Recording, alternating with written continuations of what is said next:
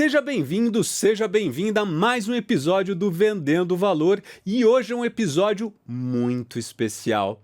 É a primeira vez que a gente tem dois convidados aqui. A gente recebeu o Alexandre Gléria e a Gabi Claro, do SBZ. O SBZ é um escritório que eu tenho muito carinho, a gente se conhece há bastante tempo e eles vêm tentando quebrar com paradigmas dentro do direito. Então eu queria conversar com a Gabi e com a Gléria sobre isso. Quais foram os tropeços, como é que foi essa jornada de evolução, conversar bastante sobre cultura, que é algo que eles olham bastante, e também sobre as posições executivas que cada um ocupa dentro do escritório. O Alexandre como diretor de inovação e tecnologia e a Gabi como diretora financeira do escritório. Confira comigo. Começa agora Vendendo Valor, um podcast produzido pela Strums, principal referência em vendas no mercado jurídico, com o apoio ESPM. Eu tava dando uma estoqueada em você e aí eu tava lembrando, que a gente se conhece há muito tempo e tal, e eu tava lembrando, puxa, da tua transição, óbvio, você já tinha trabalhado no escritório de advocacia, mas essa sua transição de mercado financeiro, né, 6 anos de BR Partners e voltando para o escritório de advocacia. Como é que foram, né, como é que foram esses choques iniciais, assim, né, que mais te chamou atenção? Como é que foi essa transição de volta para o escritório de advocacia? Bruninho, obrigada. Super gostoso. Acho gostoso te acompanhar. É gostoso estar aqui com a Gléria, né, Gléria? Acho que a gente está vivendo momentos diferentes juntos. Sim. E gostosos juntos. Sim. Então, esse é mais um deles. Foi desafiador. Acho que como todas as minhas transições, eu acho que eu sou uma pessoa que é engraçado. Eu sou bastante... O meu perfil mais óbvio, eu sou uma pessoa mais quadradinha, mais CDF, eu primeiro estudo e vou. Mas se você olhar a minha trajetória de carreira, ela não mostra necessariamente isso. Então, quando eu migrei para o banking, foi numa hora que eu tinha acabado de vir de um LLM, e de ter estudado fora, me aprofundado no M&A jurídico. Aí eu recebo um convite, fiz tudo o contrário do que eu acreditava e fui para o mercado financeiro que eu não entendia nada. Sensacional. Né? Comi uma super de uma grama, depois deu certo. Assim, o começo foi ilegal. E aí chegou um momento que eu vi que já era mais sênior, eu falei, putz, eu acho que pro resto da minha vida eu não quero mais ficar aqui. Tá. E falei, quero voltar para o mercado jurídico. E aí, foi um super desafio de entender para onde eu queria ir. Porque eu acho que eu já tinha relacionamento, já tinha trabalhado com muitos escritórios, eu tinha um relacionamento ótimo da onde eu tinha pré-banking trabalhado. No meio do caminho, eu tive um mentor, que ainda faz tempo que eu não falo com ele, mas quando eu fui estudar fora, se eu estiver digredindo muito, você vai me cortando. Não, mas vai quando com tudo. Quando eu fui estudar fora, eu apliquei para uma bolsa. E nessa bolsa eu ganhei um mentor. E era uma bolsa que ela era mais para o mercado, mais para MBA. Então, para quem faz economia, não direito. E eu era uma das únicas pessoas no mercado jurídico e um dos poucos mentores era o Ricardo Verano. Então, ele virou meu mentor. Aí eu ganhei esse presente que demais. De ter o Verano como mentor. Será nosso convidado nessa segunda temporada. Ele é bárbaro. Vai ser um dos últimos episódios. Um carinho, uma admiração. Eu fui presenteada. E aí, então acho que assim, ao longo da vida eu tinha os lugares que eu já tinha trabalhado, legais, as relações que eu fui desenvolvendo, onde eu não trabalhei, mas conheci, amigos em escritórios que eu acompanhava a trajetória, mas não sabia a fundo. E aí eu fui olhar para todos esses lugares. E também pessoas que me conheciam muito bem, que queriam que eu fosse para determinados lugares. Então, o Ricardo Lacerda, por exemplo, queria que eu fosse para determinado lugar. E falou, Gabi, você vai... E não era exatamente onde eu... né? Sim. E aí, depois que eu tomei a decisão de ir pro SBZ, depois de ter conversado com vários lugares, que não foi uma decisão óbvia, de novo. Claro. Porque se você pega o meu perfil, né, mais... Vamos me enlatar como um CDFzinho. Então, se você pega o meu perfil assim, o SBZ não é o lugar para essa pessoa aí. Tanto que depois de ter conversado com outros lugares, alguns falaram assim, Gabi, legal, que pena, mas parabéns pela coragem. Era assim que me falava. Eu falava, ai, meu Deus do céu, parabéns pela coragem. Não tá tendo... E aí fui. E aí você me pergunta, como foi, né? Foi difícil pra caramba, porque eu não tinha uma base de clientes. Eu vim do mercado financeiro, e aí todo mundo olhava e falava, não, você trabalha em IB. Não, mas os clientes que eu atendia já tinham seus advogados, que eu estava lá como assessora financeira. Perfeito. Então, eles já trabalhavam com outras grandes casas. E aí, até quando eu fui conversar, perguntava assim, e aí, qual a sua carteira de cliente? Eu falava, não sei. E aí, todo mundo falava, você não pode falar não sei. Eu falei, gente, mas eu não vou ser... Eu não consigo falar diferente com pessoas que vão ser meus sócios. E aí, eu deixava as pessoas numa situação desconfortável também. Sim. E eu tenho um perfil que não é necessariamente bom, mas é quem eu sou. Eu só prometo que eu tenho certeza que eu vou fazer. O que não necessariamente é ótimo, porque às vezes, principalmente quando você está se vendendo, você tem que se projetar e... Eu não conseguia fazer isso. Tem diferença entre você passar confiança e você inventar uma carteira de clientes. É verdade. Né? Não, mas nem inventar. Mas, Bruna, eu não digo inventar, mas eu acho que sabe aquela hora que a pessoa fala, ai... Sei lá. Eu falei, gente, é isso. Você precisa de um foguete? Eu vou te entregar um foguete. Eu não tinha um foguete, eu não conseguia. E nesse sentido, o SBZ foi muito legal. Porque acho que eles me compraram. Eu falei, não, eu sei que você vai entregar. E no começo, nos primeiros 6 meses, eu não entreguei nada, assim. Não entreguei. Foi super difícil. Mas depois que o tempo veio, né? Então, assim, construir essa base, voltar a fazer M&A do lado... Eu fiquei mesmo na carreira de banking fazendo M&A, mas pelo outro lado. Mas menos o jurídico, obviamente. Então, você volta a entender se tinha algum gap ali que eu tinha que preencher, ou se eu tinha que olhar. Então, foi me acostumar com uma cultura que era diferente de onde eu vinha. Perfeito. Então, eu vim numa cultura super acelerada. Eu trabalhei 8 anos num lugar onde eu admiro muito. Foi super legal, aprendi muito. Mas a Mayra Actina é uma pessoa super acelerada, né? Eu trabalhei no Sescom BR. Depois... Banco de investimento, Ricardo Lacerda, 240. E eu me dou bem nesses lugares. Mas eu entrei num lugar com uma outra cultura que eu respeito muito e eu tive um tempo de adaptação também com relação a isso. Interessante. E até puxando esse gancho, né, que eu quero falar também sobre cultura, e agora puxando você, Glória, você pegou o começo de tudo. E durante essa trajetória, assim, na tua visão... quais foram os grandes aprendizados? O que vocês tiveram que ajustar de rota? O que você mudou de opinião ao longo desse caminho, pegando esse documentário e não só a foto, né? Assim, porque empreender é desafiador, empreender no Brasil é desafiador, empreender no mercado tradicional, com vários vieses e várias verdades e vários paradigmas e várias coisas e tentar... acho que, né, a gente vê vários exemplos legais de pessoas tentando fazer coisas diferentes, mas não é fácil também, né? Então, pensando nesse documentário aí, puxando esse gancho da Gabi, assim, como é que você enxerga? Eu acho que o começo... A gente sabia que a gente era diferente, a gente sabia que... A gente tinha algumas ideias que a gente queria implementar de forma diferente, em termos de cultura, de plano de carreira, mas a grande realidade é que a gente não sabia como, né? Então, a sensação que eu tenho, e acho que muitos compartilham dela, é que juntou um monte de maluco que não se encaixava bem. Eu mesmo quase larguei o direito no começo da carreira umas 20 vezes, comecei a fazer economia junto com o direito, não sabia o que queria da vida. Então, foram aquelas pessoas meio desajeitadas e desajustadas, assim, e com um pensamento um pouco diferente, que acabaram se juntando e formando o escritório. Eu acho que nessa trajetória, acho que a primeira coisa, a gente foi experimentando, errando, tentando. A gente não teve medo de errar, não teve medo de voltar atrás. Então, desde coisas assim, poxa, a gente, no começo, a gente contratou uma super mega empresa para fazer o nosso plano de carreira. Renomada, de mercado, enfim. Só que não deu certo. Porque a gente tinha um negócio tão diferente que não cabia ali. E aí a gente teve a tranquilidade e a humildade de falar assim, acho que a gente tem que fazer aqui muito diferente, precisamos mudar, mas não podemos ter medo de tentar. Vamos fazer um que tenha mais a nossa cara? Só que, poxa, a gente não é especializado nisso. E aí? A gente chama alguém, não chama? Então, foi um pouco dessa, acho que de tentativa e erro, de experimentar.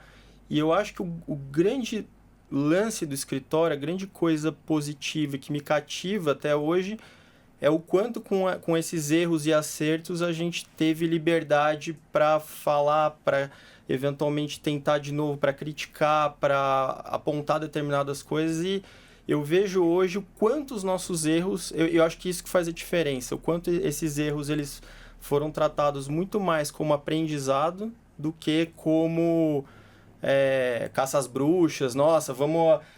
como eventualmente a gente levar isso para um lado negativo. Acho que a gente levou muito como aprendizado e enriqueceu isso para as experiências futuras. Não é comum, né? Assim, eu acho que, falando dessa carreira jurídica, acho que tem muita aversão a risco. Acho que lidar com o erro não necessariamente é algo óbvio, né? E tratar isso como aprendizado, acho que é uma evolução. Mas também eu vejo muito lugar, e não estou falando do SBZ em si, mas eu estava com curiosidade de perguntar isso para vocês, né? Eu também vejo muito lugar que nasce de uma vontade, puxa, vamos fazer diferente, e às vezes, assim... Tem os que fazem tudo igual e acabam repetindo os erros do passado, com certeza. Mas tem também um lugar que eu acho que vem de um lugar também de humildade e consciência, que é, puxa, eu não preciso me afastar de tudo, não está tudo errado no mercado jurídico. Total. Vocês concordam? Como é que vocês Totalmente. Porque às vezes tem essa postura Eu tenho um caso prático para ilustrar isso, que é assim, no começo... A gente, nossa, o timesheet é muito ruim, né? A gente, nossa, ele provoca vieses na avaliação, ele traz uma distorção para o cliente, porque todos os times, as pessoas têm que bilar pra caramba, não sei o quê.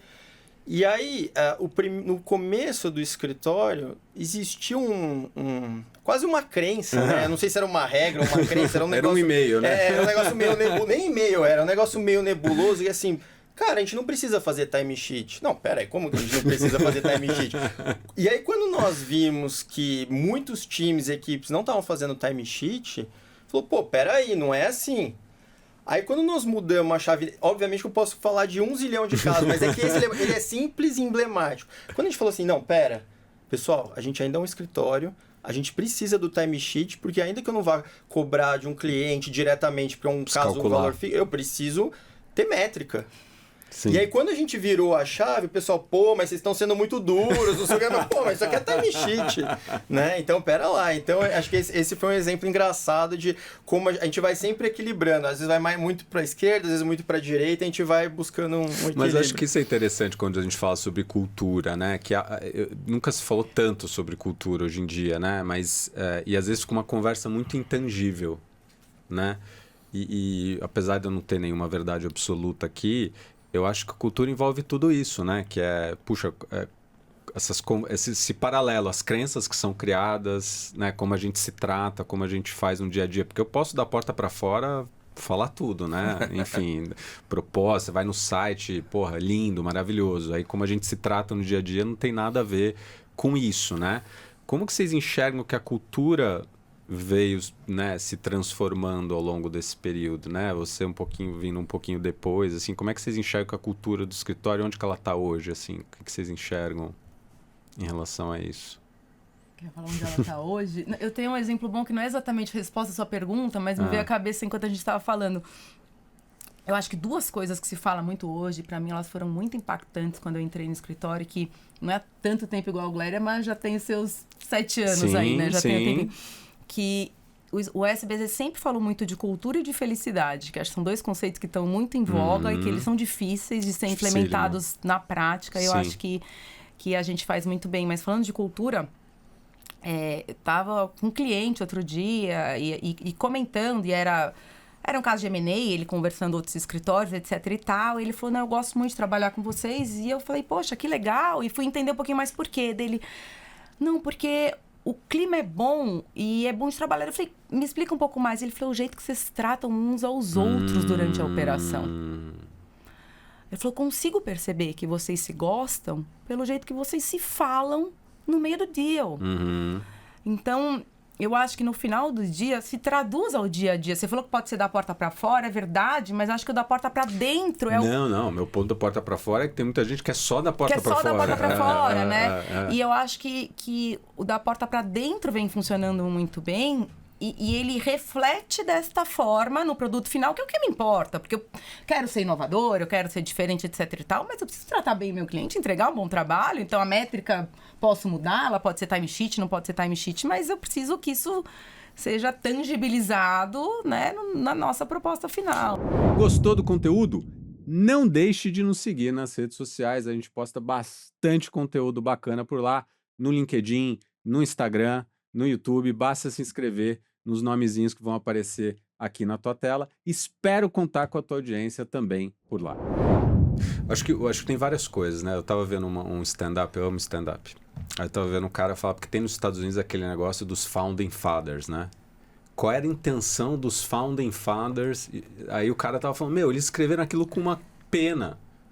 Tipo, não interessa a intenção dos Founding Fathers, né? Interessa o que a gente tá vivendo hoje de contexto, né? Porque eles têm aquele negócio, right to bear arms, aí tem toda uma discussão. Eles falam, cara, os caras vivem em fazenda, né? Enfim. Mas tirando isso de lado, eu acho que também exige um grau de consciência e troca e comunicação intensa para não sei se mudar, mas também você saber ir adaptando essa cultura, né? Vocês não acham? Total. Acho que é um desafio que a gente vem enfrentando muito, e a gente vem sendo provocado e se provocando. Porque de repente vocês começaram lá atrás com uma intenção. Total. E, porra, faz parte da evolução. E vamos lá, faz parte da evolução do mundo, dos negócios, das pessoas, das situações que a gente vive, de tudo que a gente vem passando. A gente é escritório hoje de quase 300 pessoas. Então... A gente tem uma geração nova vindo aí e que não necessariamente, ou que necessariamente viveu e tem crenças, momentos, necessidades diferentes.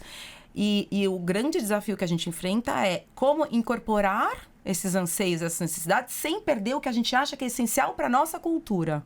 Como acolher, porque a gente precisa acolher e aprender com essas pessoas e ouvir, e entender que isso faz parte, isso é legal, e isso vai contra o que a gente acredita. Então, muito embora seja um anseio, a gente vai ter que acomodar e pensar alguma outra forma de seguir. Eu acho que a gente vem, para dar um exemplo concreto, eu acho que a gente vem pensando em formas diferentes de convivência extra-escritório que acomodem as novas gerações.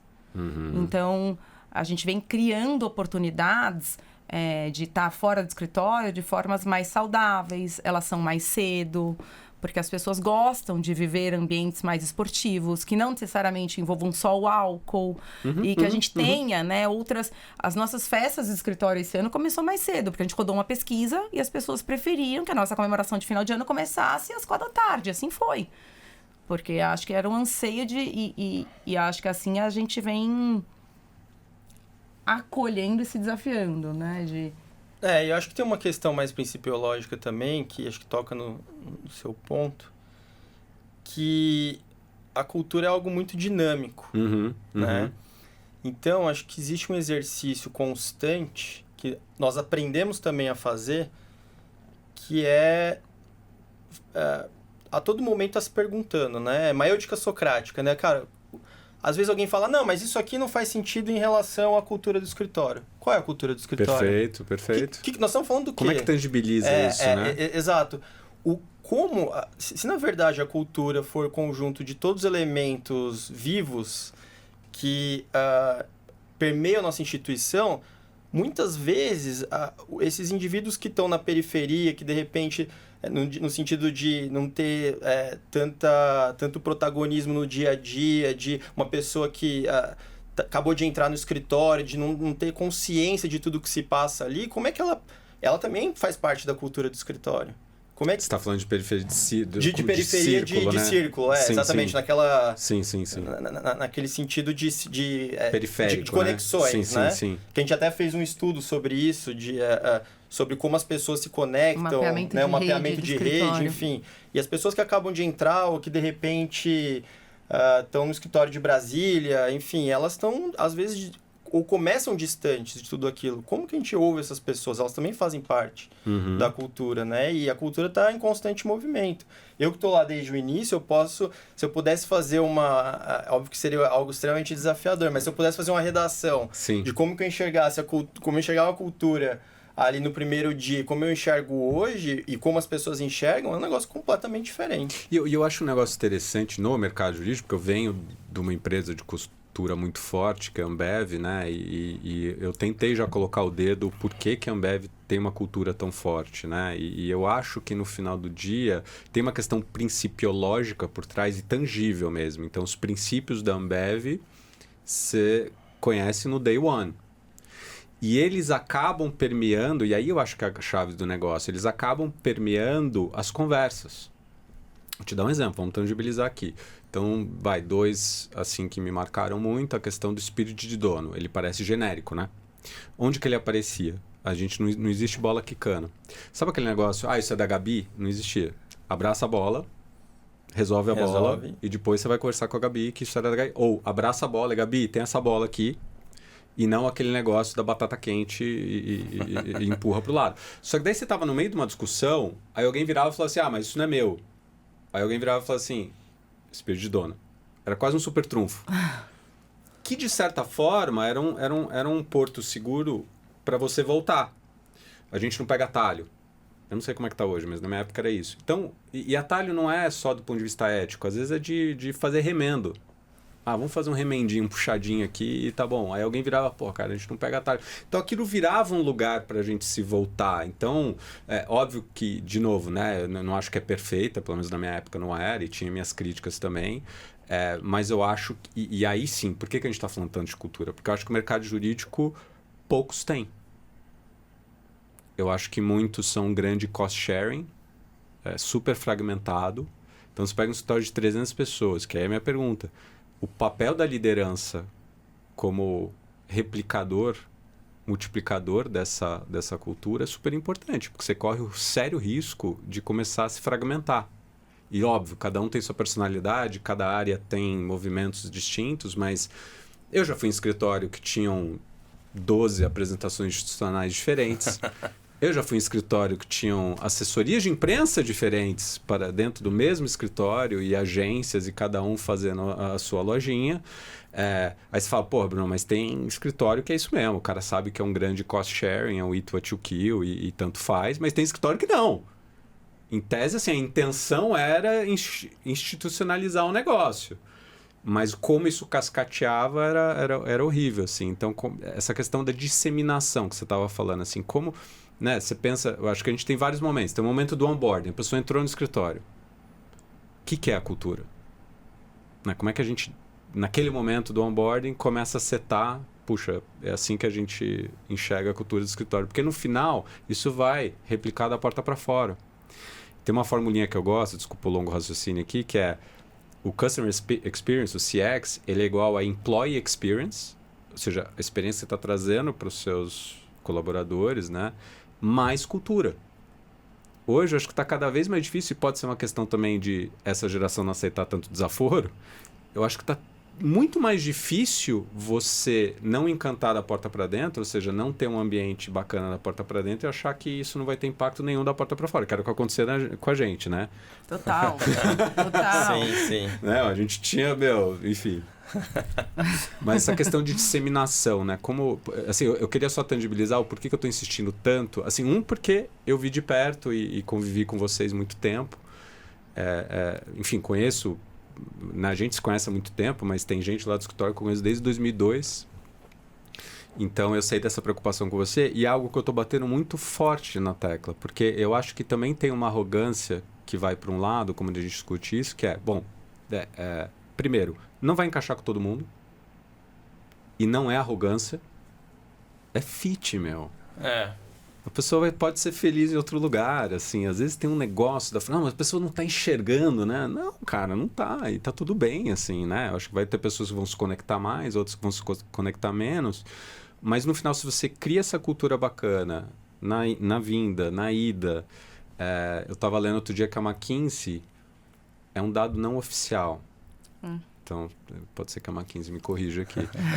Mas eu estava vendo que, assim, ela tem um percentual significativo do faturamento dela que hoje ela atribui à Alumni. Sim. São os caras que saíram das pessoas... As caras, né, que saíram da McKinsey e, tem uma conexão tão legal que, Mas você sabe que eu acho que é isso que é um grande mérito dos fundadores ou de quem estava desde o começo como mérito e que sou um founding son. Mas que está muito atrelada à conexão, que é exatamente o que você falou. A gente investe muito tempo em conhecer de fato, em estar de fato presente para as pessoas do nosso time. Então, assim, eu acho que a gente... E aí, é um envolvimento pessoal mesmo. Não é só profissional. Isso ajuda muito a difundir e a entender e a ter uma empatia maior na hora de trabalhar e a aprofundar as conexões. Porque eu acho que uma das nossas grandes fortalezas hoje é a conexão, são os nossos relacionamentos, são os vínculos que você vai criando. É verdade o que você fala, nem todo mundo talvez vá querer estar, ou vá gostar, ou vai pertencer. Mas o que a gente também vem se desafiando é que a gente quer sim ter pessoas diferentes que nos tragam outros olhares e que nos provoquem. Boa. Sensacional. Então, a gente também não quer... Pô, que legal o que a gente tem feito até agora, mas cadê o que está acontecendo por aí? Então, chega mais e vamos entender e vamos olhar, e mesmo no nosso conselho de sócios, acho que o conselho, quando eu entrei, éramos 12, eu fui acho que 13ª, 14ª. Hoje somos 25. Assim, eu acho que... E cada vez foram chegando pessoas, tivemos saídas também de pessoas, e a gente tem essa preocupação cada vez mais com acolher, com incorporar, com entender o diferente. Mas para mim o centro está em, de fato, se conectar. Não necessariamente com todo mundo. Eu não vou conseguir me conectar com 300 pessoas. Claro. Mas se eu passo isso para a liderança, e a nossa liderança é muito forte. Até a gente usa essa palavra. Outro dia eu estava conversando também com um cliente. Gabriela, o que é exatamente liderança? Eu falei, liderança são todas. É um grupo. Nossa liderança hoje tem 60, 70. É muita gente. E, de fato, é uma liderança importante e que vem, que a gente atribui, que a gente distribui, que a gente divide. Então, a gente fala, eu não preciso estar ligada a todos. Mas se eu tiver uma conexão profunda e verdadeira com alguns, que se conectam com mais alguns, com mais outros, aí a gente tem esse mapeamento de rede, que foi o que a gente fez, e você vê as fortalezas, as fraquezas, onde eu preciso investir mais, que área que às vezes está um pouco descolada, eu preciso trazer para perto, né? Eu acho que tem algumas considerações em relação a esse ponto. Acho que todo mundo fala em política de retenção de talentos. Muitas vezes a gente adota uma política de liberação de talentos, justamente por conta desse fit. E é muito curioso que a gente está sempre tão próximo às pessoas que a gente muitas vezes olha que ela tem, de repente, fit para estar numa empresa, para mudar de carreira.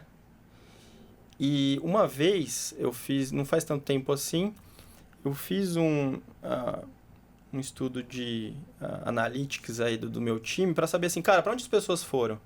Né?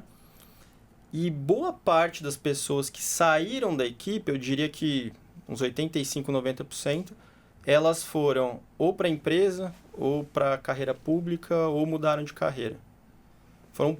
Era uma grande... Ou seja, trabalhar com Gléria foi tão traumatizante. Foi. Escritório jamais. Nunca mais eu quero escrever. Brincando. Mas às vezes a gente tem ali acho que uma intimidade, uma conexão tão próximos que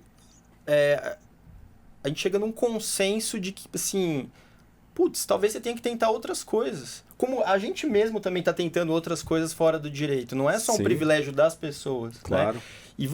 E isso, inclusive, fortalece a nossa conexão com o alumni. Então, você tem profissionais ali que eles não tinham uma clareza, que eles tinham super talento para ser um gestor de área tributária em empresa. E nós ajudamos a pessoa a se conectar com essa decisão, tomar a decisão, e hoje são clientes do escritório. Sensacional. Não por conta disso. Claro. Mas, enfim, é porque aconteceu naturalmente. Não, mas eu acho que a gente vem nesse lugar também de transparência e comunicação, o que daí também me leva, né, para o ponto da intencionalidade, sobretudo... Porque, assim, tudo que você está falando, Gabi, para mim, exige juros compostos. Exato. Não Ainda vai mais ser... quando você está crescendo, claro. Não, e não vai ser... Porra, a pessoa entrou em um mês, assim, essa conexão que você está falando...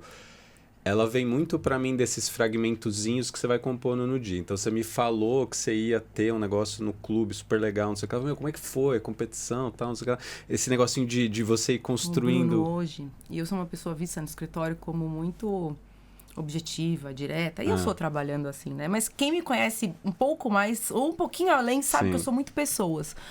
Mas eu demorei, eu acho que hoje eu falo bastante da minha vida pessoal, mas não tanto quanto outras pessoas e não para qualquer pessoa. Mas o meu nível de intimidade no escritório hoje, às vezes eu chego no escritório e eu tenho sócios que não são necessariamente os mais próximos de mim, mas eles me olham e falam, tá tudo bem? E não tava tudo bem. Sim. E é demais. Porque você fala, meu Deus, como ele percebeu que não tá tudo bem? E ele percebeu. E o não tá tudo bem era pessoal. Mas ele te viu, né? Ele me olhou de verdade. Não, mas o meu ponto aí é mais pragmático ainda. É o físico. De estar presente. Eu acho que a gente podemos falar sobre isso também. Eu acho que a gente tem um desafio e eu tô só acompanhando, lógico, minha empresa é pequenininha, mas eu rodo muito, né? O que eu venho, e eu tô super aberto a admitir que, obviamente, eu não tenho nenhuma verdade absoluta nesse negócio. Mas um pouco para mim, como várias coisas na minha vida, acaba sendo o caminho do meio, mas o que eu quero dizer com isso? Eu gosto do conceito, pelo menos conceitualmente, eu gosto do híbrido, assim, me faz sentido.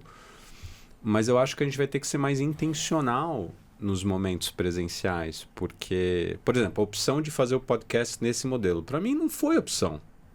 Eu falei, cara, eu quero ter uma conversa que as pessoas vão estar tranquilas, que a gente vai bater papo, que vai ser um negócio legal. Eu não vou fazer isso via Zoom, via Teams. Eu não tô dizendo que a gente não... É que a gente já se conhece. A gente, às vezes, fazer um Teams, fazer um Zoom, beleza. Mas mesmo assim, uma hora... É diferente. É diferente. Como é que vocês enxergam isso, essa questão desse balanço, assim, desse equilíbrio?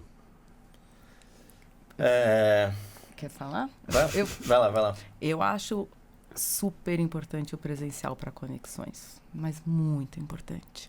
Eu sou uma fãzaça do híbrido. Eu acho que a pandemia trouxe mecanismos para o mundo importantíssimos e que a gente não pode ignorar. Nosso dia a dia, ela facilitou muito as relações todas. Então, as formas, a gente consegue, né, fazer reuniões mais rápido, práticas, etc. e tal. E eu sou mãe, então para mim o híbrido é muito importante também nessa conciliação. E sempre foi. Eu sempre trabalhei bastante de casa, acho que ao contrário. Mesmo banco de investimento, final de semana a galera trabalhava no banco. Eu falava, não, vou trabalhar de casa. Gabriela, não dá. Eu falava, dá. E trabalhava no final de semana de casa, que eu queria estar de casa e tal. Então, sim, eu acho que tem que ter o remoto. Mas você não consegue manter uma cultura. Você não consegue manter seu olho no olho. Você não consegue... eu acho que, para mim, o remoto funciona muito bem para você crescer com o orgânico, com o normal, o basal, tá lá uma tarefa, um to-do, fez. Mas o inorgânico ou as reações acontece no dia a dia, sabe? Então, assim, o tiquinho a mais, essa conversa que a gente tá tendo, ou a gente divide sala no escritório da diretoria. Então, com frequência, o insight que eu tenho, eu viro e penso, ele me responde... Né? Não programado, não planejado. Sim. Né? Então, eu acho que essas reações não programadas são muito importantes. E eu acho que a troca também. Porque não adianta... E aí, é em todos os níveis. É você ensinar alguém que está ainda num nível inferior na carreira, você aprender com o de cima... Você ganha muito no presencial. E o remoto, para mim, ele tem um grande problema hoje, que é o desvio de foco e de atenção. As pessoas nunca... A maioria das pessoas está com mais de uma coisa fazendo ao mesmo tempo. Então, tá numa reunião com foco na outra tela, no celular. Então, não é? Sim, profundamente. Mas ele é uma realidade. Já existe... No presencial, existe o celular em cima da mesa no meio da reunião, que também é deselegante. Também.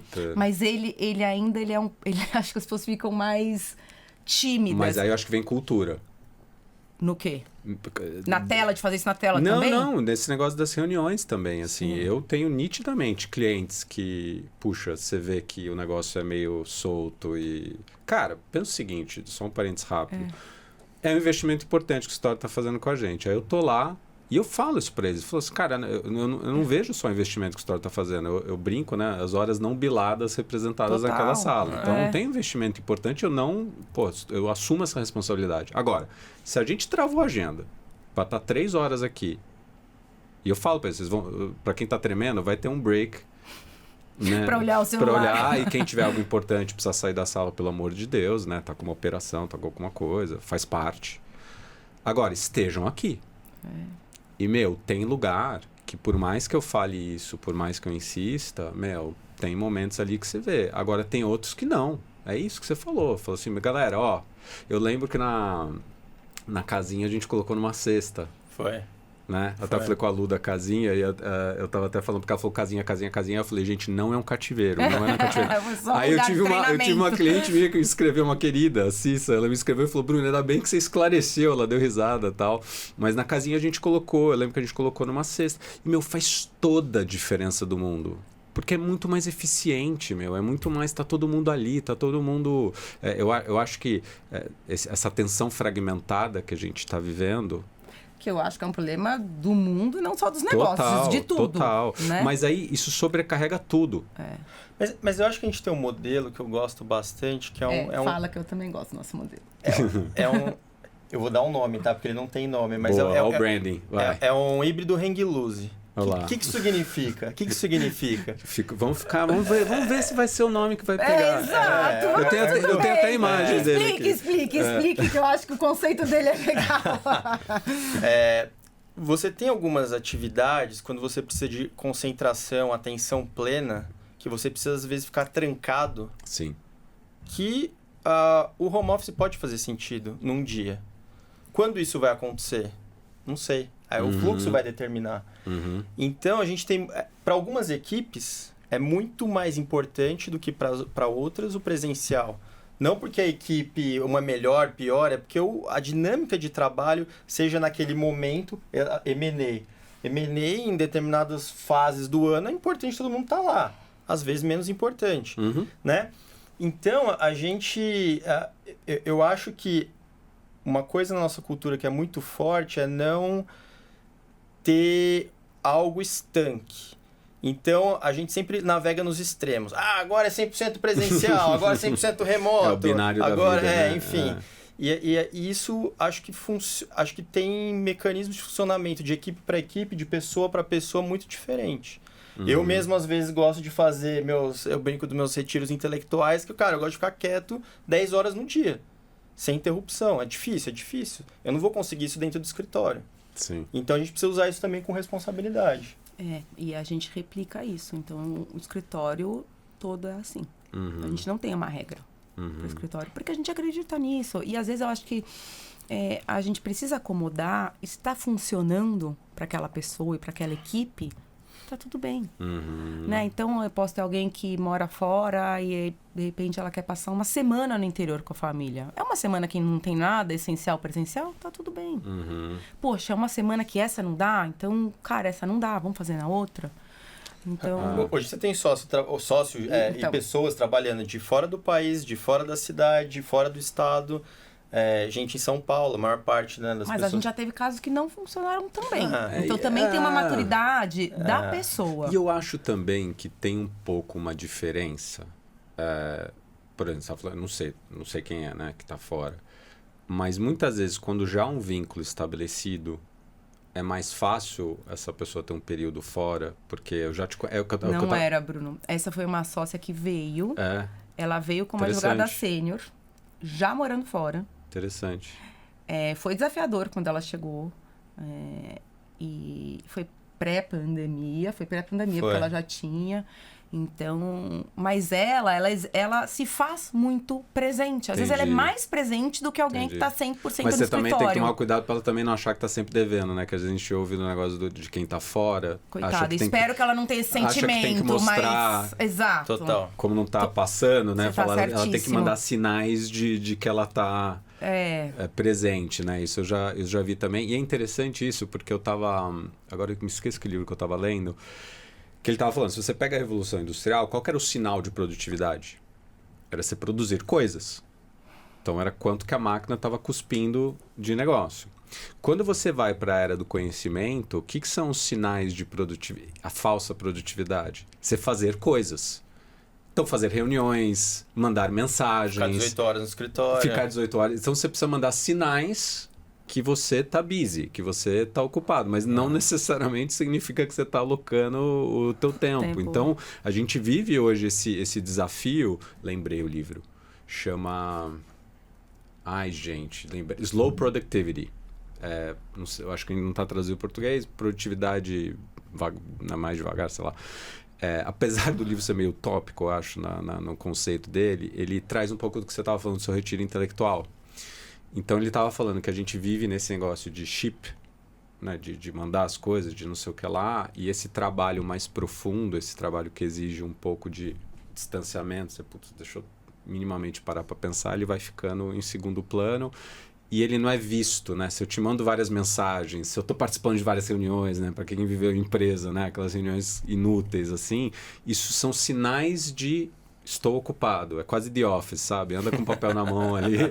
Não, é Seinfeld, que o George falava, você precisa andar com o papel na mão e fazer cara de estressado, tipo... que as pessoas vão achar que você está muito ocupado, né? O que vocês acham disso, assim? Nossa, eu acho péssimo, na verdade. Eu acho que a gente tem métricas e desafios, né, hoje na sociedade, que eu acho que a gente tenta focar nisso. Então, não tô... Aquele tudo, né? O checklist que você fica o dia inteiro preenchendo e fazendo. Acho que não é por aí. Mas nessa linha, e pensando aqui em progressão de carreira, que foi um tema que a gente discutiu na primeira temporada, e eu sei que você está falando de plano de carreira, eu sei que vocês inventaram um trem aí, como diz minha digníssima esposa, um trem aí um pouco diferente, né? Então a gente vê meio a discussão que a gente teve na primeira temporada, que foi até com o Renan, que foi in-house, e também com zero de carteira, foi abrir um escritório. e cara super bem sucedido, querido. A gente estava comentando esse negócio de progressão na carreira e tempo de formado no direito, que é algo para mim, né, que vim da Ambev, que quando eu olhei, falei, gente, não faz muito sentido assim na minha cabeça, mas como é que vocês tratam isso dentro do escritório? Nossa, a gente poderia falar algumas horas sobre isso, mas assim... Para resumir, a Gabi, quando ela até falou advogado sênior, às vezes a gente tenta trazer para padronagem de mercado, sim, mas para nomenclatura de mercado, mas ali a gente tem um sistema bem diferente, seja de remuneração, de carreira. A gente a gente trabalha com faixas do Aikido, então, né, faixa amarela, faixa branca, faixa azul, enfim, todas as faixas do Aikido, faixa marrom, preta.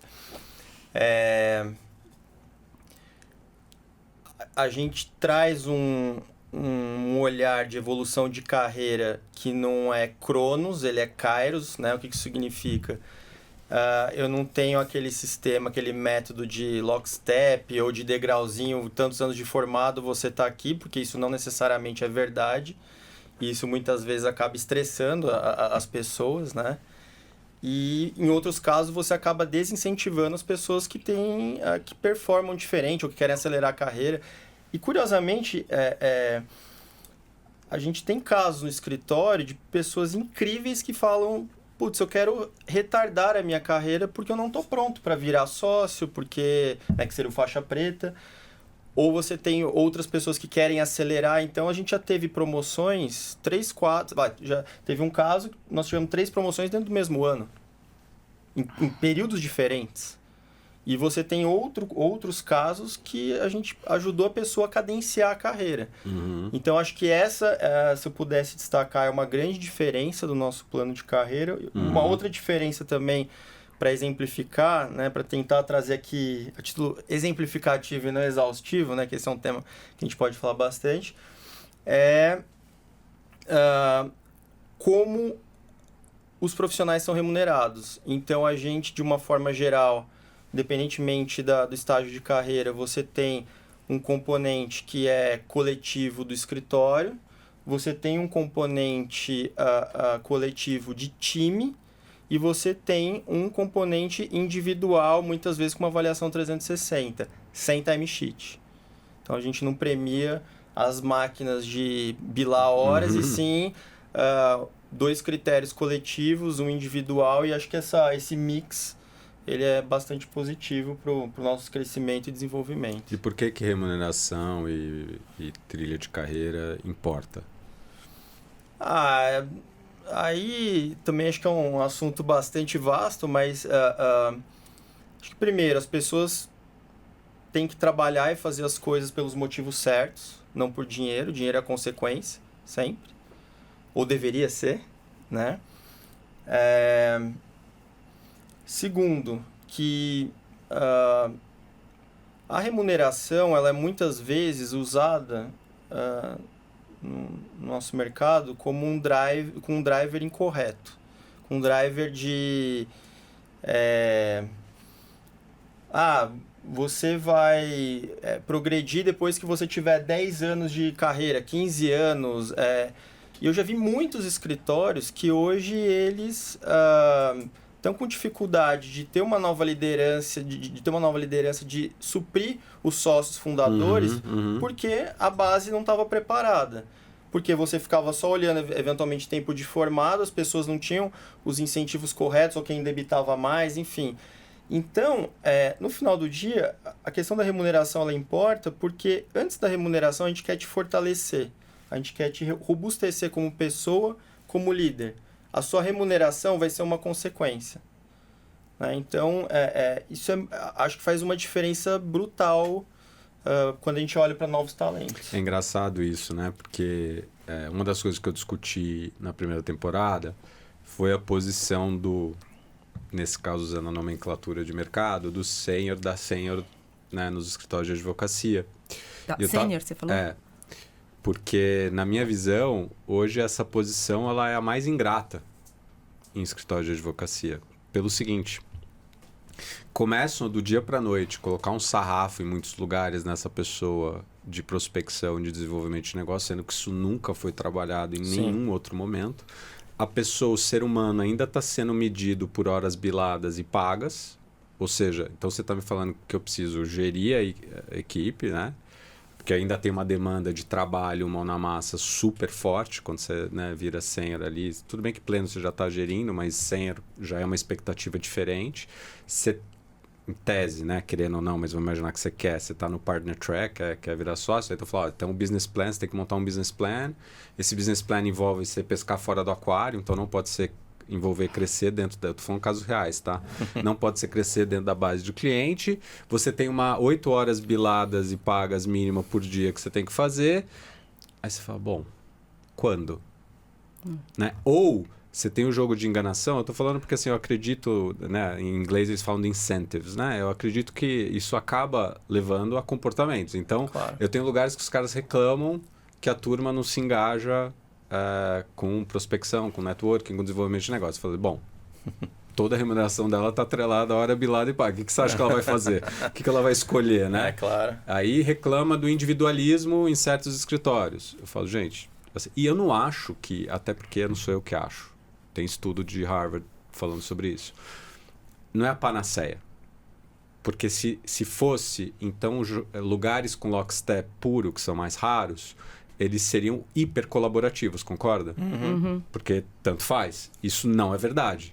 Então, se ele fosse a tua única alavanca que ia levar, óbvio que todo o resto importa. Agora, ele é um componente, porque os lugares que reclamar não tem cross-selling aqui no escritório. Aí você vira e fala assim, bom, deixa eu olhar. Aí você vai ver e fala assim, cara, o cara não tem incentivo algum para fazer cross-selling. De novo, é só jogar dinheiro no problema? Não é só jogar dinheiro no problema, até porque cross-selling tem questão de cultura, tem questão de relacionamento. Né? Eu não confio em você. Tem questão de customer experience. Eu não sei se você vai atender esse cliente que é super importante para minha área, né? Com o carinho e atenção devidos. Ou, puxa, é um caso pequeno, você não vai dar bola e o cliente não vai ficar pé da vida. Ele vai ficar pé da vida com o escritório. Exato. Porque para ela é o escritório. Né? Então eu acho que acho que a gente precisa mudar. Acho que a gente precisa evoluir. E eu acho que também, já me perguntaram isso outro dia, eu falei assim, gente, eu acho que você precisa ser transparente também. E não dar ou aquela falsa percepção, ou seja, eu já vi de tudo, né? Falsa percepção de democracia, quando ela não existe. Isso é a pior coisa do mundo. Eu falo, cara, eu respeito muito mais a fundadora que fala, eu mando nisso aqui. Escritório é meu, mas eu vou te pagar bem e vai ser transparente. Confia em mim, mas confia em mim, confia né? em mim. Tá comigo, Se ela tá sendo transparente, a pior coisa do mundo é criam-se aqueles comitês que não mandam absolutamente nada. Total. No final tem 2, 3 aí tomando decisão. Isso pra mim é horrível. Então, assim, eu acho que envolve muito essa reflexão de, puxa, como é que esse mercado vai evoluir com essas novas demandas? Eu acho que essa questão de tempo... E a gente carrega muita coisa lá de trás, né? A gente importou coisas eu gosto desses diferentes componentes. Eu acho que você tem um pouquinho de individual, você tem aquela sensação do coletivo também. Eu já vi lugares que é o coletivo mesmo, então o sócio lá não tem nenhum componente individual. Eu falei, mas isso para mim é um equilíbrio que tem que, assim, funciona no caso deles, funciona, mas eu falo, cara, isso não é para todo lugar. E aí eu acho que vem essa reflexão, o que funciona aqui dentro, pra gente. E no tempo também. Sim, pode mudar. Isso muda. E aí, acho que teve algum momento que você falou um pouco sobre cultura de escritório que são vários microsilos, né? Dentro de uma grande instituição. Eu acho que um grande diferencial do que a gente tenta aplicar lá é que a todo momento, como você disse, o tempo, a nossa formação, a importação de conceitos, a acomodação, ela vai te levar para um lugar comum e muitas vezes ruim. Sim. No sentido de, cara, acho que a gente está perdendo os nossos princípios fundamentais. E eu acho que o grande lance do SBZ no tempo foi que quando a gente estava indo ou escorregando para esse lugar, a gente voltava. A gente refletia, olha, isso aqui faz sentido, não faz para esse momento. Então, é um negócio que a gente tem que ficar muito atento, muito. E até nessa linha de reflexões e mudanças, etc., eu queria agora entrar um pouquinho na posição executiva de vocês, né, no escritório. Não que seja necessariamente novo, obviamente, eu acho que escritórios vêm se profissionalizando, alguns menos, alguns mais. Eu acho que vem essa questão das posições executivas surgindo cada vez mais forte.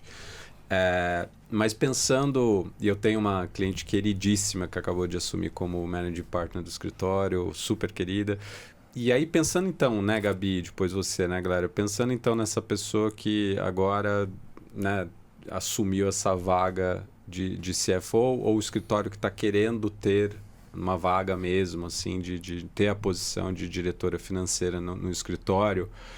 O que faz uma diretora financeira dentro do escritório? Por que é importante ter um... Eu sei que o escritório já tinha, antes de você assumir, mas queria te ouvir um pouco, assim, pensando muito nessa pessoa que ou está com vontade de ter no escritório ou acabou de assumir essa cadeira, né? O que envolve essa caixa, na tua visão? Essa caixa envolve uma caixa financeira não advogada, né? Então, eu acho que lá no escritório a gente tem...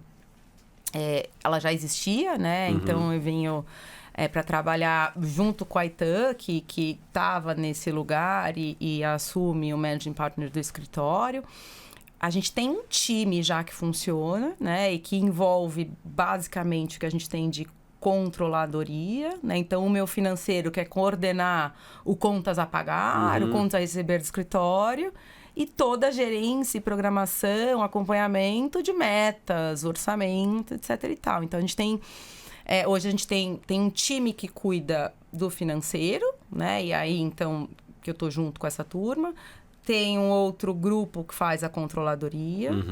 E aí, nós sócios, com o apoio também, fazemos bastante, e aí eu coordenando isso, a gestão individual das equipes para compor o nosso resultado do final do ano, né? Então, a gente por exemplo, agora nosso ano fiscal termina em fevereiro. Então, a gente está correndo para bater a meta que a gente se propõe, coletiva e individualmente. Sim. Mas a gente está fechando o nosso orçamento para o ano que vem.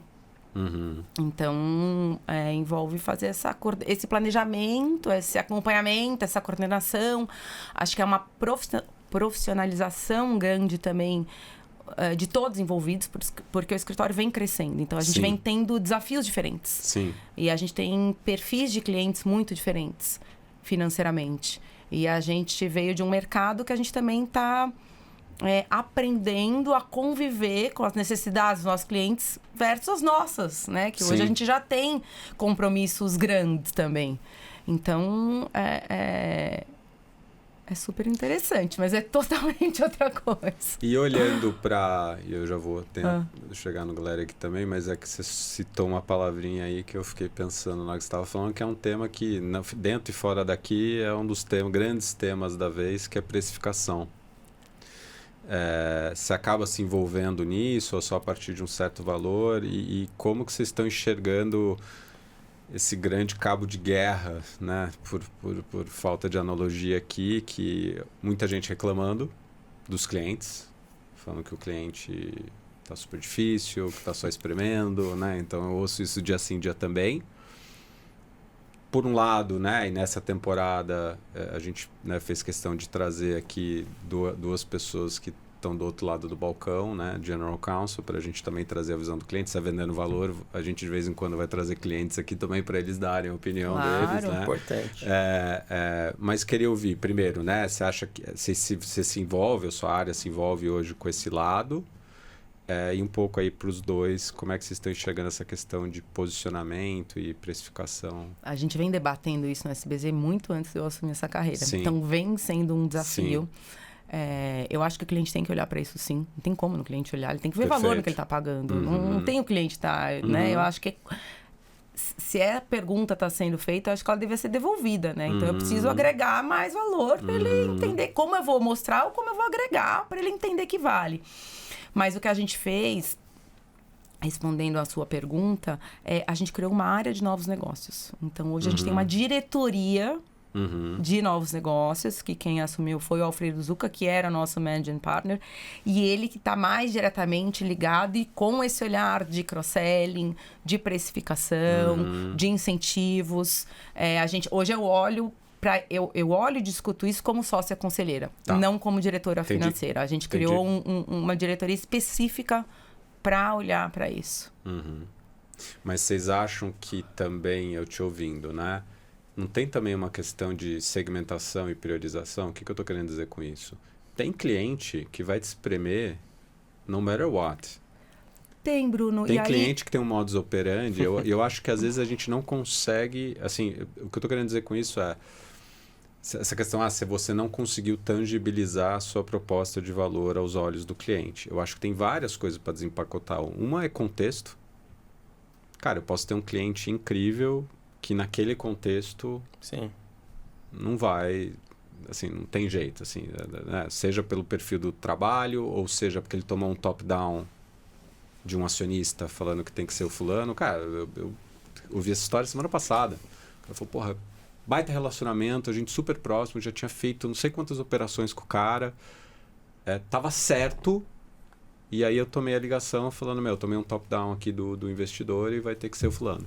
Então, acho que tem uma questão de contexto também, e eu acho que tem uma questão de modus operandi dentro do cliente também. Eu acho que, por vezes, eu vejo muito escritório dando murro em ponta de faca. Eu falo, cara, você já mandou 10 propostas para esse fulano. Ele já te deu toda a letra, que nem date, né?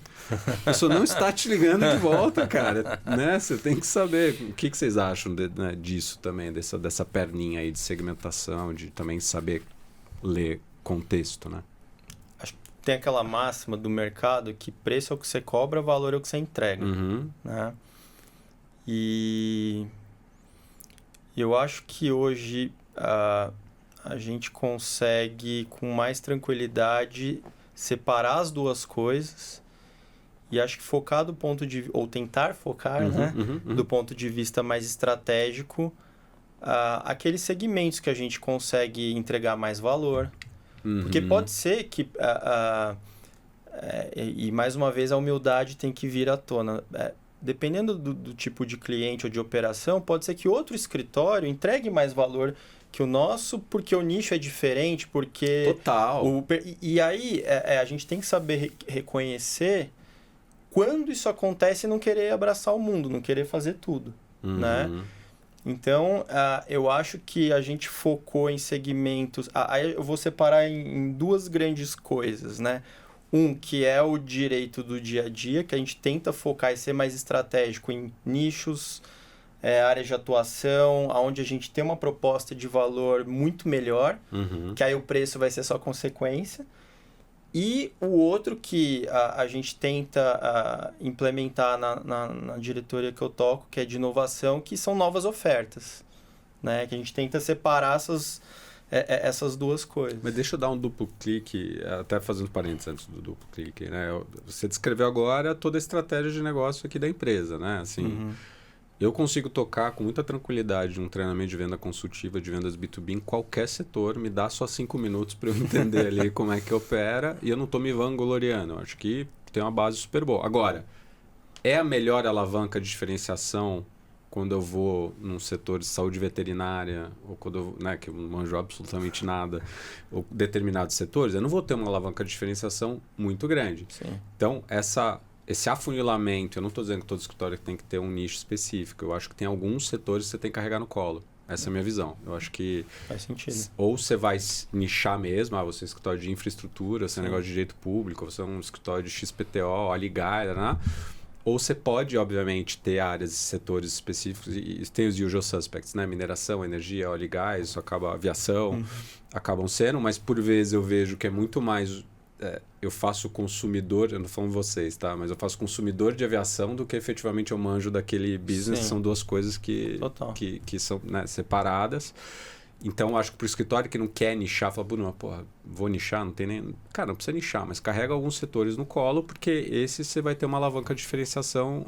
E o cliente, né? Isso a gente vê cada vez mais.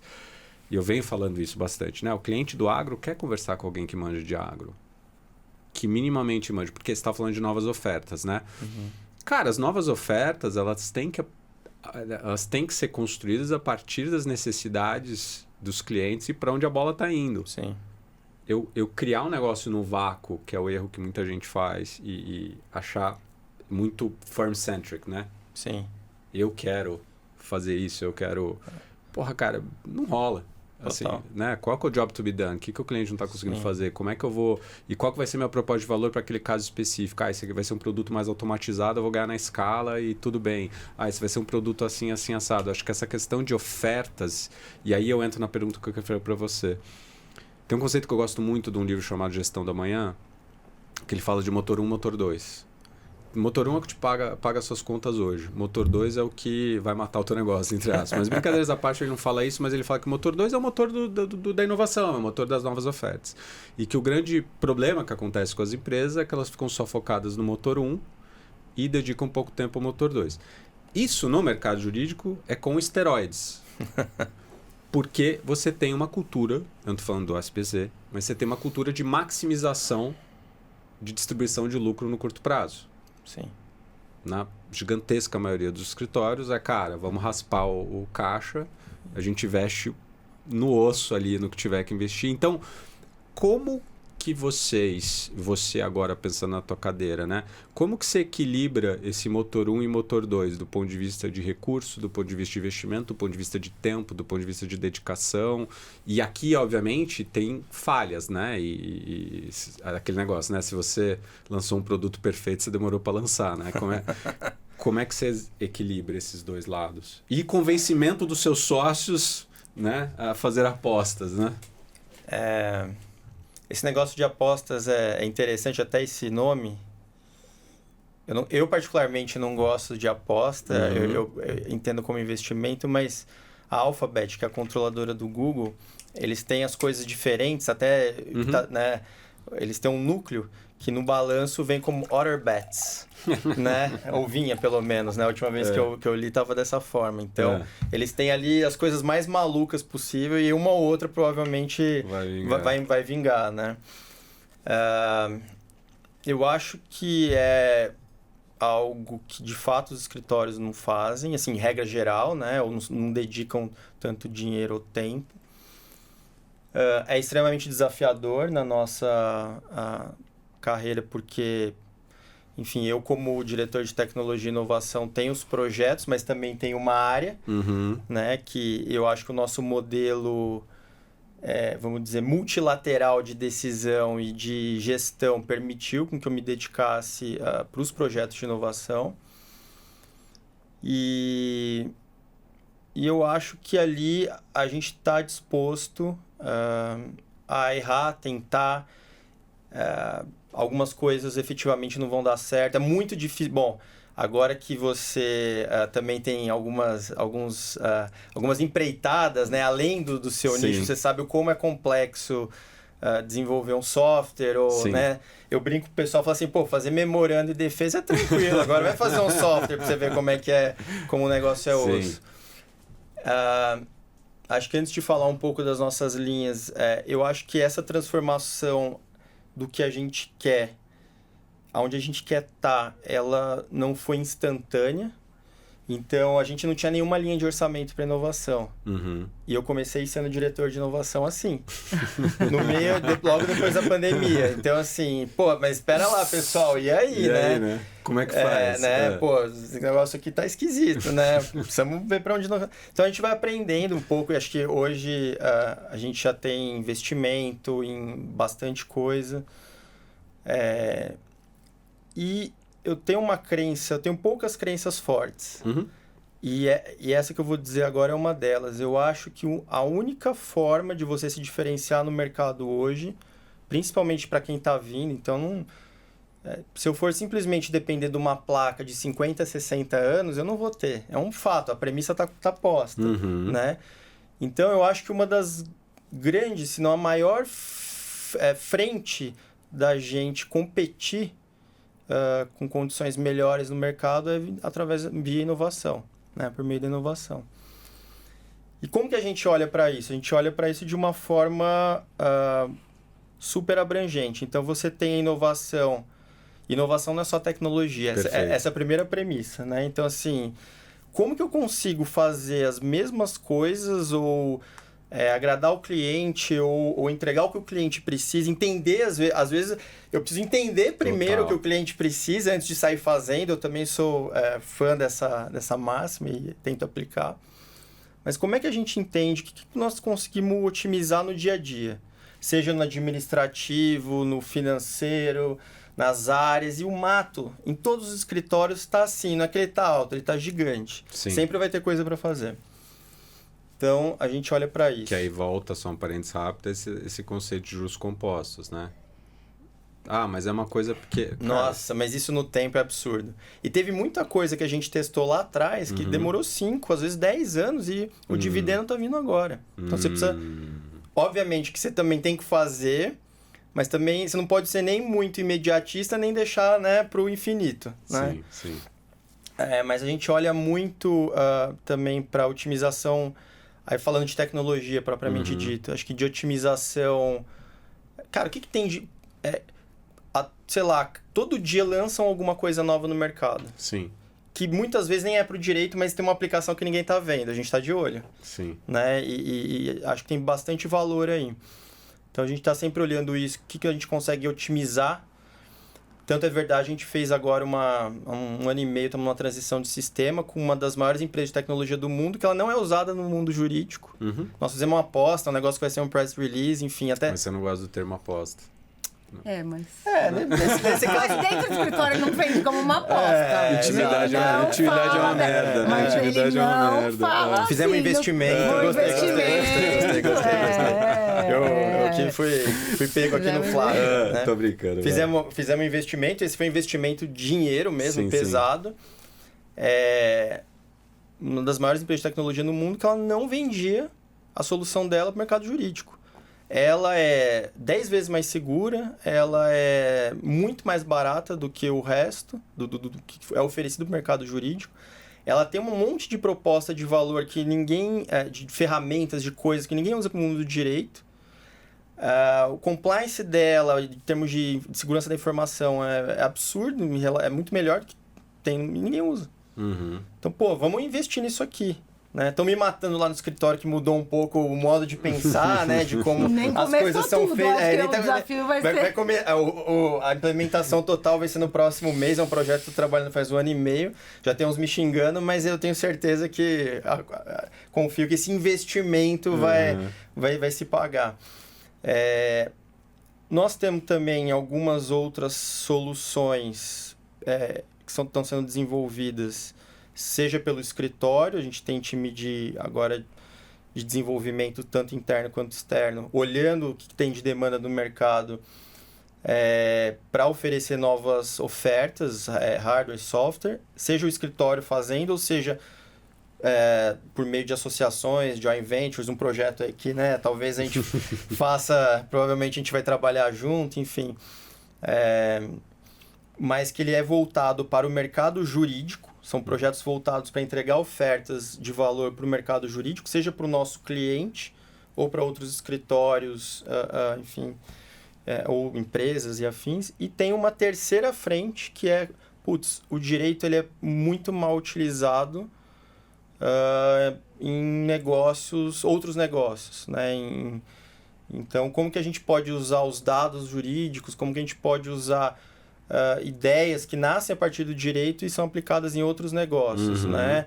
O direito tem muito valor para ficar ali circunscrito só no seu meio de atuação. E aí, a gente volta para aquela questão do preço e do valor, né? Que eu acho que essas alavancas, elas podem destravar bastante valor e, consequentemente, preço, né? Precificação. Interessante isso que você está trazendo, porque a gente teve um bate-papo com a Ana Paula Martins, do Levi, super advogada de concorrencial, e ela estava trazendo essa visão do quanto que a visão do advogado, da advogada, hoje está sendo colocada em outro lugar, assim. Então, Sim. Você vê os advogados e advogadas, por conta disso que você está trazendo, ocupando outros espaços. Né? Mesmo, né, eu brincava que a gente viveu lá a fase que só tinha engenheira e engenheiro, né, nas diretorias, né? Tinha um ou outro de economia e administração, assim, e eu acho que hoje vem até por conta disso, né? Trazendo outras reflexões, trazendo visão. Eu acho super animador, porque aumenta o leque de possibilidades, né? Eu acho que esse lugar que você está falando de trazer coisas de outros setores, quando eu olho para a metodologia de venda consultiva, não existe no mercado jurídico uma metodologia de venda consultiva que foi feita para o mercado jurídico. O que você acaba tendo são algumas coisas que vêm de serviços profissionais que você consegue... São importadas. Mas no final, eu acho que uma das coisas que eu mais faço, então, eu acompanho, obviamente, o mercado jurídico, mas eu confesso que quando eu olho para a venda consultiva, eu fico muito mais olhando o que os outros setores estão fazendo. Vou te dar um exemplo, para não ficar só no etéreo, né? Customer Success. Nasce lá com a Salesforce, já existia, mas nasce mesmo com força lá esse conceito de Customer Success, que é óbvio quando se fala, mas a aplicação e execução, como tudo na vida, não é óbvia. Que quanto mais sucesso o meu cliente tiver comigo, mais ele tende a ficar comigo. Sim. Que aí é a base do modelo de receita recorrente do SaaS. Eu preciso que você fique 3 anos comigo, não adianta você ficar. Meu payback aqui é mínimo 3 anos, eu preciso aumentar teu lifetime value comigo. Eu acho que tem uma aplicação, e a gente está aplicando em alguns clientes, para o mercado jurídico. Tem como ter Customer Success, e o conceito é muito importante. E aqui eu vou chegar no outro ponto. Que hoje a gente vive ciclos de venda mais longos, quando a gente fala de novos clientes. Né? Então, o novo cliente ele vai ser mais caro. Ele tende a ser mais caro, óbvio que você pode tentar diminuir esse custo de aquisição, mas ele tende a ser mais caro do que manter um cliente existente recomprando. Quer dizer que o escritório não tem que captar novos clientes? Não. Só quer dizer que você tem que ter outra disciplina, outra percepção em relação a esse novo cliente. E aí a pergunta que eu queria fazer para vocês é muito mais prática, assim, né? Eu acho que até me tocou muito semana passada. Eu estava terminando um treinamento no Rio, e aí antes do break eu perguntei para eles e para elas, porque a gente vai fazer um novo projeto agora esse ano, a gente começou ano passado e vai fazer um projeto de ano inteiro. E aí eu estava conversando com o pessoal e daí eu colhi deles e delas o que eram desafios, coisas que a gente não tinha trabalhado, coisas que eles gostariam. E a primeira coisa que surgiu foi lidar com a rejeição. Tem 2 coisas que estão surgindo bastante. Rejeição e hábito. Como que eu mudo meus hábitos? Então eu estou muito atento, porque quando começa a surgir, né, a mesma dor em vários lugares, e essa da rejeição e essa dos hábitos, elas são super importantes, né? Estão surgindo bastante. Se tem casos que vocês se lembrem de ciclos de venda longos que vocês tiveram na vida de vocês, que você fala, foi aquele negócio de água mole em pedra dura, assim, que foi emblemático, assim, para vocês? Como é que foi? Conta um pouco por que eu estou fazendo essa pergunta? Óbvio que a gente tem conta para pagar, tem boleto para pagar, eu acho que tem fases e fases de escritório. Por vezes você está lá, acabou de começar o escritório, você tá com faca no dente, você não pode esperar e você vai meio que pegando o que vem e não vou julgar. Mas conforme você vai ganhando maturidade, eu acho que você vai enxergando mais esses ciclos e como eles funcionam. E aí a frase até da primeira temporada, o 6º episódio do Chris Ramos, que foi super interessante, ele falou, escritório bom é escritório velho. E o que ele estava querendo dizer com isso é que conforme vai passando o tempo no escritório, Você vai semeando tanta coisa, sejam êxitos, sejam investimentos, né? Você vai semeando tanta coisa que meio que cada ano você começa a colher. Porque são coisas que você vem plantando, era nesse sentido que ele estava falando, né? Então, vocês têm algum caso emblemático aí da carreira de vocês, do água mole em pedra dura, assim, como é que... Caso sim, como que foi? Pode falar. Acho que temos alguns, né? Eu brinco que eu tinha um prospect que eu brinco que ele era o prospect mais antigo do mundo, né? O cara, ele virou meu amigo, né? Ele virou meu amigo, eu ia em casa jantar, vou na casa dele, a gente faz coisas juntos e por uma questão da dinâmica interna da companhia dele, ele já estava até saindo da empresa, ele não queria muito, vou colocar um novo escritório, é isso que eu senti, né? Uhum.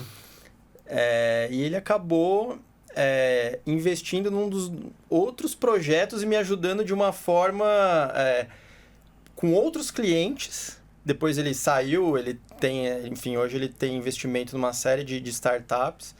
Ele virou mentor de negócio dos nossos novos projetos. Ele, acho que ele indicou uns 2, 3 grandes clientes, né, pra gente. E só que isso demorou, sei lá, uns 7, 8 anos, né? Então, acho que acontece, só que uma coisa que foi muito importante, sem querer fazer a propaganda aqui, acho que seu treinamento, ele ajudou a dar mais pragmatismo. Não ficou um negócio... Acho que foi algo que a gente já fez há algum tempo. Precisamos até agora renovar, né? Mas eu acho que ele deu técnica, deu mais praticidade e tirou um pouco do etéreo. Porque a sensação que a gente tem é que a gente não tem métrica, ou não tinha, né? Os escritórios não têm métrica. Porque um caso desse, como eu estou contando, ele trouxe, de repente, muito mais benefício do que se o próprio CEO tivesse virado cliente só com a empresa dele. Perfeito. Só como que eu meço isso? Né? Como que eu cultivo, eventualmente... E mantenho o top of mind na cabeça dele. Entendeu? Né? Sim. Então, eu acho que isso é uma virada... Essa questão de você não perder o tracking de tudo isso é uma grande chave que virou depois que a gente se educou em relação a esse assunto. E você, Gabi? Eu tenho um comentário pra fazer. Não, eu tenho vários. Eu tô pensando em alguns que até ainda Ainda não viraram, né? Alguns que você vai, bate, e é isso. Tem um que o caso é muito semelhante, assim. Adora a gente, fala que adora, vai nas nossas festas, comemorações, já me indicou vários. Tá numa empresa gigante e não contratou. Mas você sabe que eu acho que aí vem algumas coisas, né? Tem um estudo que saiu no passado da Thomson Reuters falando sobre top of mind awareness. Então, você se manter top of mind, aquele bom e velho é clichê por uma razão, quem não é visto não é lembrado, né? Sim. Então, e aí estava falando o que leva, então o ponto era, a pesquisa era dividida, né? Então, o quanto que os general counsels, isso foi feito aqui em multinacionais gigantes, faturamento acima de 1 bi, consideravam como importante na decisão do escritório, e eles citaram o top of mind awareness, então a pessoa, o escritório estar na minha mente é super importante, pode parecer tão clichê e tão óbvio, né? E aí, o que leva alguém a se manter foi o segundo recorte, né? O que leva, então beleza, você falou que é top of mind, é super importante, o que leva você a ter alguém top of mind, e 70% era contato. Aparecer na vida.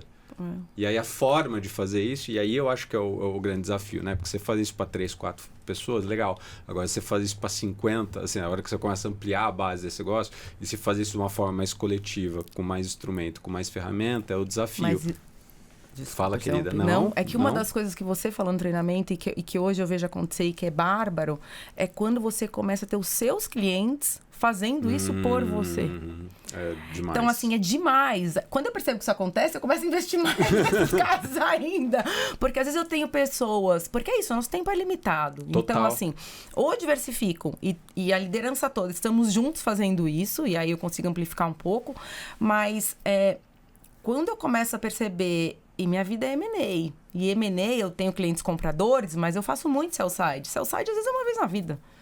Como é que eu multiplico isso? Sim. Como é que eu multiplico? Quando esses empreendedores começam a ver valor no que eu fiz e começam a me indicar. Conta pro cara ali que vai Ou vender quando também. eu atendi recentemente uma turma que era da sua ex-casa e fiz alguns M&As para eles, eles saíram, estão em outros lugares e eles começam a te indicar, não, cara, esse escritório vai dar a atenção que eu preciso. Então, esses sponsors, que eu acho que foi algo que você me fez virar uma chavinha e hoje é um foco de atenção que eu não tinha antes, porque acho que tem até muito mais valor para um terceiro, né? Quando ele ouve de alguém que recebeu o serviço e que tá feliz. É maravilhoso. É muito diferente da Gabriela falando, né? É maravilhoso.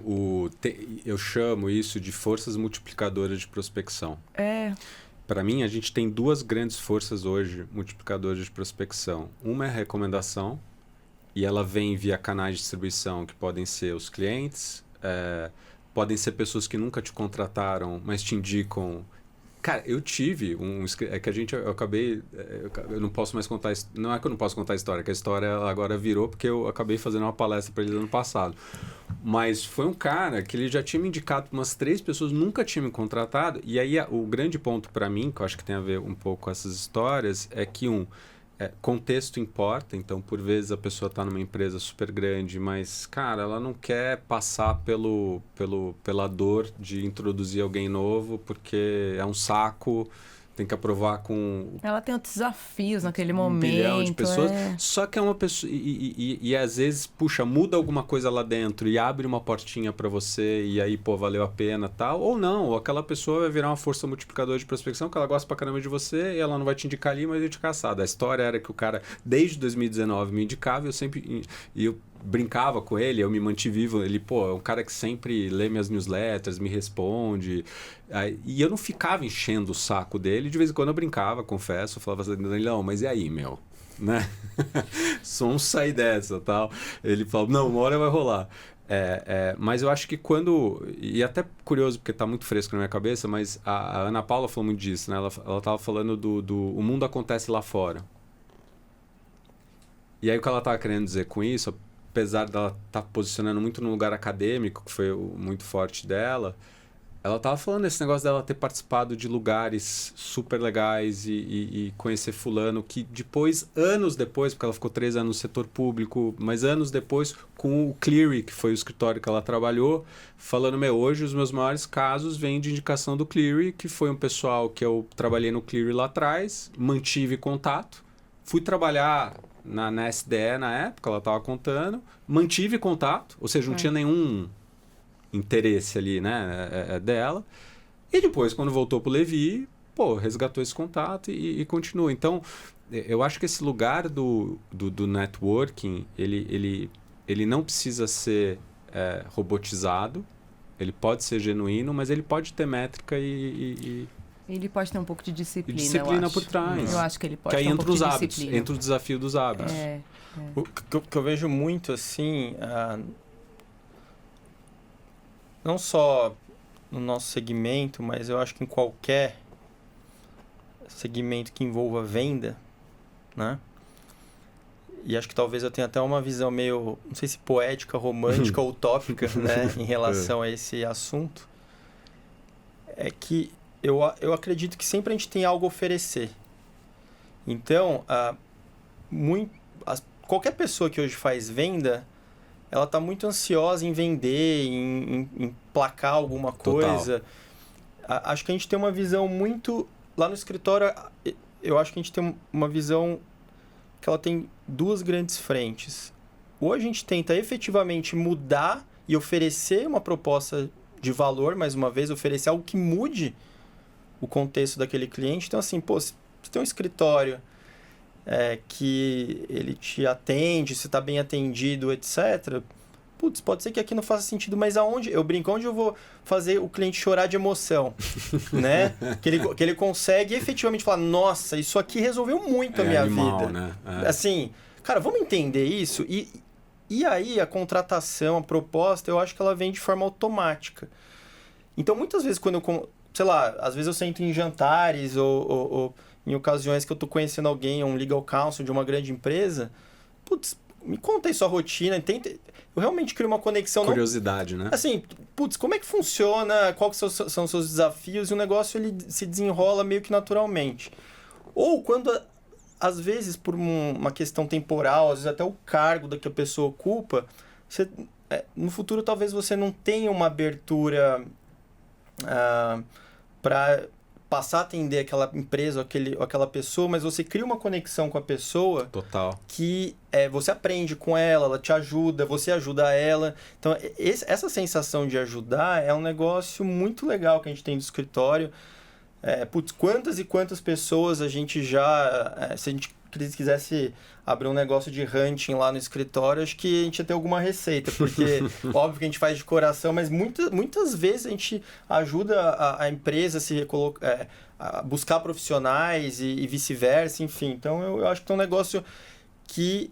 Acho que o controle é para você ter visibilidade, mas isso acontece de uma forma, ou a gente tenta fazer da forma mais orgânica possível. Mas eu acho que volta a questão dos hábitos, cara. Assim, eu tô fissurado nesse tema, porque a minha grande tese é que um dos maiores desafios que eu tenho do meu lugar para ajudar os clientes é ajudar em mudança de hábito.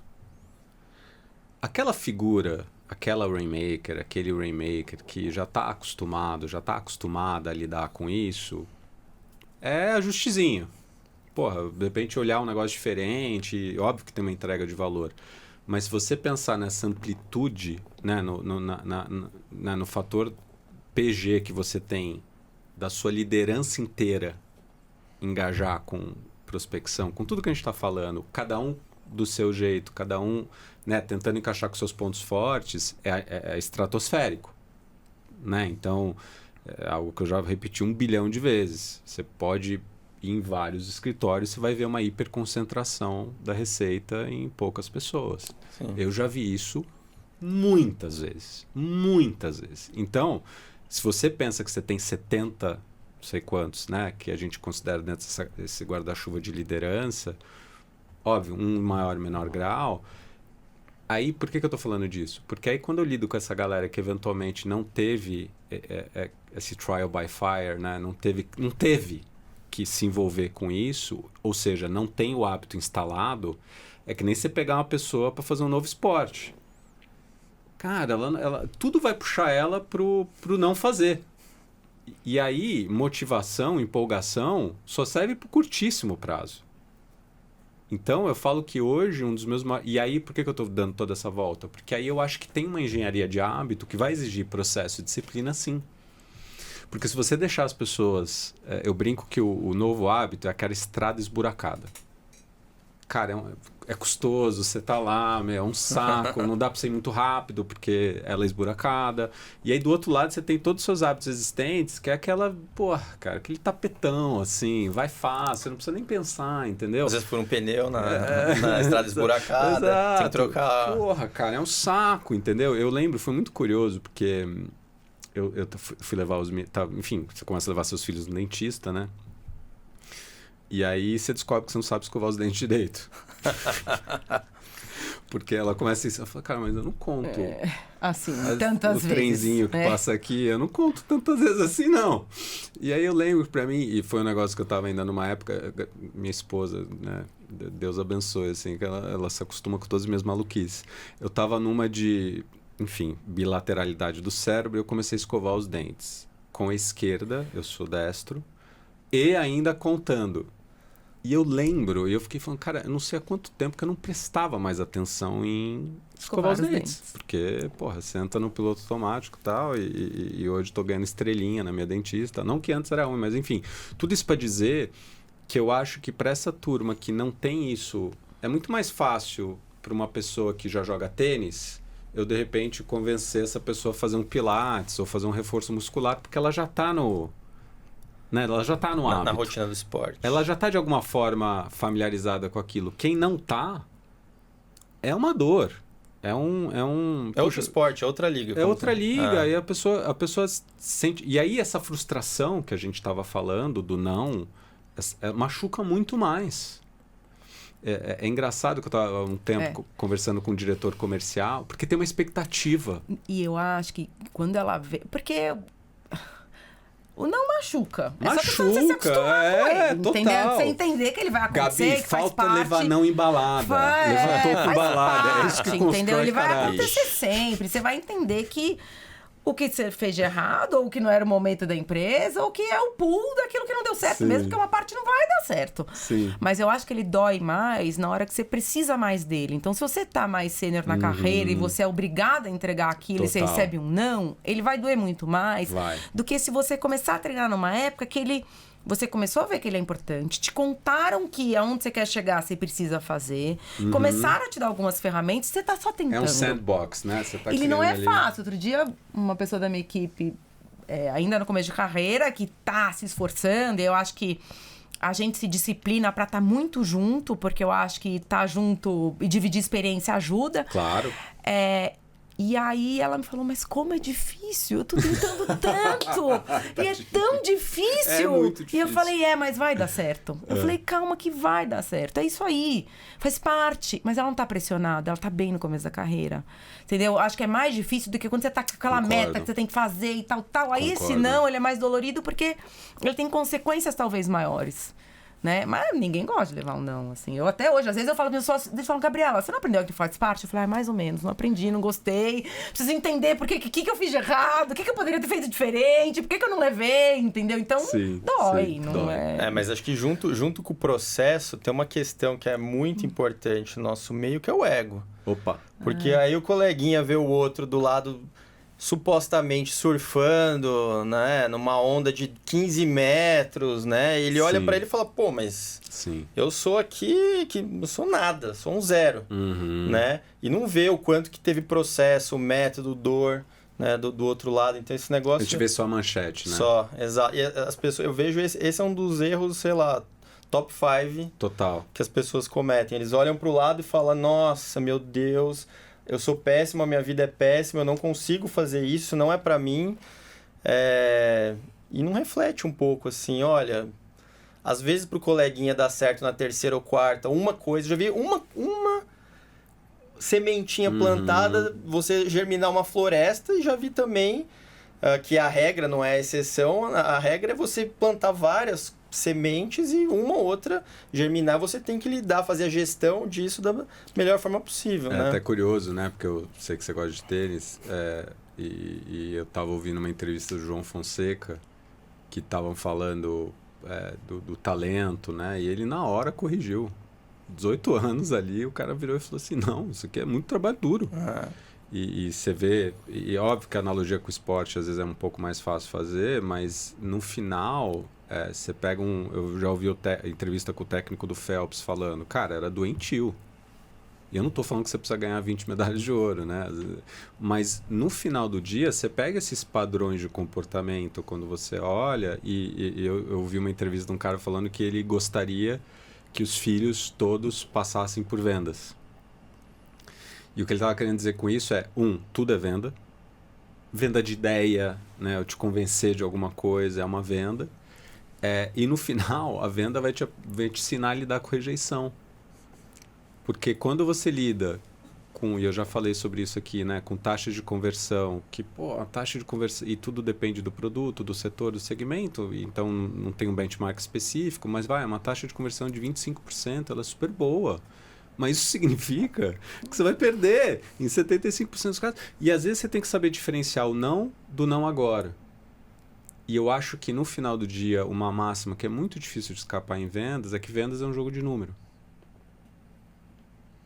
Com consciência, com estratégia, você tem que fazer mais para ter mais sementinhas que vão render frutos em timings distintos. E eu acho que hoje a gente tem um benefício, que aí é a segunda força multiplicadora de prospecção que eu esqueci de falar, que é o marketing digital. Por quê? Porque quando alguém abre a minha newsletter, quando alguém está interagindo com um post meu, ou quando alguém da equipe circula no que você me encaminhou outro dia, é uma forma de eu, numa tacada só, atingir um público maior, sobretudo numa empresa desse tamanico, que hoje eu sou 100% da venda, né? Hoje tudo está nas minhas costas. Então, se eu não crio essas forças multiplicadoras de prospecção, eu não tenho vida. Se eu não crio um método para, estar presente na vida das pessoas, direto ou indiretamente. O que é indiretamente? É a newsletter, é o LinkedIn, é o Instagram, e, de novo, sou agnóstico em relação à plataforma. Amanhã pode ser outra, óbvio, com consciência e aderente à cultura, né, do escritório. É uma super alavanca, só que como é que ela é utilizada hoje em dia? Eu estou super honrado com a escolha dos clientes, isso aí não sei o que lá. É muito eu participei do evento, eu não sei o que lá. Muito pouco, um marketing de conteúdo com muito pouco conteúdo. Sim. E quando tem o conteúdo, ele é zero focado em quem está lendo. Porque ou é um TCC, ou é um negócio com uma linguagem que você não está pensando para quem você está escrevendo, como a pessoa está abrindo. Então, eu acho que é super mal utilizada. Mas se você pega hoje essa abertura que o marketing de conteúdo, né, o marketing digital, ele pode dar bem feito, com consciência, ligado às suas fortalezas, a gente está segmentando para alguns setores. Vamos conversar com esses setores, né? Quem são os stakeholders que a gente está conversando? O que são as dores? O que são as necessidades? Vamos falar sobre isso, cara. Assim, eu acho que tem um egocentrismo também no marketing de conteúdo. Todo mundo quer falar que está honrado, que está não sei o que lá. E eu não vou mais discutir ranking aqui, porque ainda dando pano pra manga, mas não, tô brincando. Eu não posso me manifestar sobre esse tema. Não posso. Eu não posso. A gente nunca vai falar sobre isso. Tá bom. Mas enfim, mas brincadeiras à parte, eu acho que, por um lado, a gente tem muito mais desafio para essa turma que está vindo. Né? Se a gente pegar o playbook que vocês usaram para abrir o SPZ, potencialmente ele não funcionaria. Não tinha, né? Mas assim, se vocês repetissem o mesmo comportamento, pode ser que não funcionasse. Sim. Hoje em dia. O mercado está mais competitivo, os clientes estão se estruturando melhor né? Hoje em dia aquela assimetria de conhecimento, ela começa já o gap da assimetria. Eu estava vendo um amigo meu, fundador de uma startup, que ele tem uma estrutura de governança, que ele tem empresa em Delaware e em Cayman. Ele pegou os bylaws dessas empresas, colocou no ChatGPT e aí ele tira as dúvidas hoje com o ChatGPT. Qual que é o quórum? Antes que ele tirava com o advogado local, ele falou, me economizou alguns milhares de dólares aí ao longo do ano e tal. Então, eu acho que esse lugar da onde a gente vai gerar valor, ele vai ficar mais desafiador, né? Porque no final, acho que os clientes vão ter mais estão com mais acesso, né? Estão com mais possibilidades, estão mais sofisticados, porém, esse amplo acesso à informação está dificultando também, que é o paradoxo. Sim. Então, o nosso papel hoje ele vai ser muito de não olhar para esse motor 2 casado para onde o cliente está querendo ir. Eu acho que aí vai ser a nossa grande sacada de como a gente vai ter que lidar com tudo isso. Porque ir lá e falar o beabá, ir lá e falar que o envolvimento do sócio, da sócia, né, aquela discussão padrão, acho que cada vez menos vai ecoar. Você concorda? Sim. Inclusive, na nossa estratégia de negócio, eu acho que tem, por exemplo, você tem empresas de tecnologia investindo bilhões de dólares em coisas pro direito que, cara, eu não vou competir com esse cara. Não é que eu quero estar. Eu quero usar a ferramenta, as melhores ferramentas para eventualmente otimizar o meu trabalho. Mas as novas tecnologias que a gente tenta criar é um negócio... são tecnologias proprietárias em que a gente tenta ter pricing power, que a gente tenta... Inclusive, a gente tem até uma estratégia de super complexa... Assim, a estratégia é complexa porque ela envolve fazer patente para determinadas coisas para a gente licenciar isso em outros lugares, né? Meio como farmacêutica faz, mas para dentro do nosso mundo, que é um negócio que... software ele não é patenteável em qualquer lugar e você tem requisitos. Então, até as formas de se fazer isso, você tem também uma tecnologia jurídica para você multiplicar a nosso favor. Então, a gente fica muito atento a qual briga nós vamos comprar com eficiência e saber também até onde a gente consegue ir. Acho que isso é muito importante. Que casa muito com essa questão de humildade, né? E para a gente caminhando aqui para o final, para não estender muito aqui, bate-papo tá uma delícia.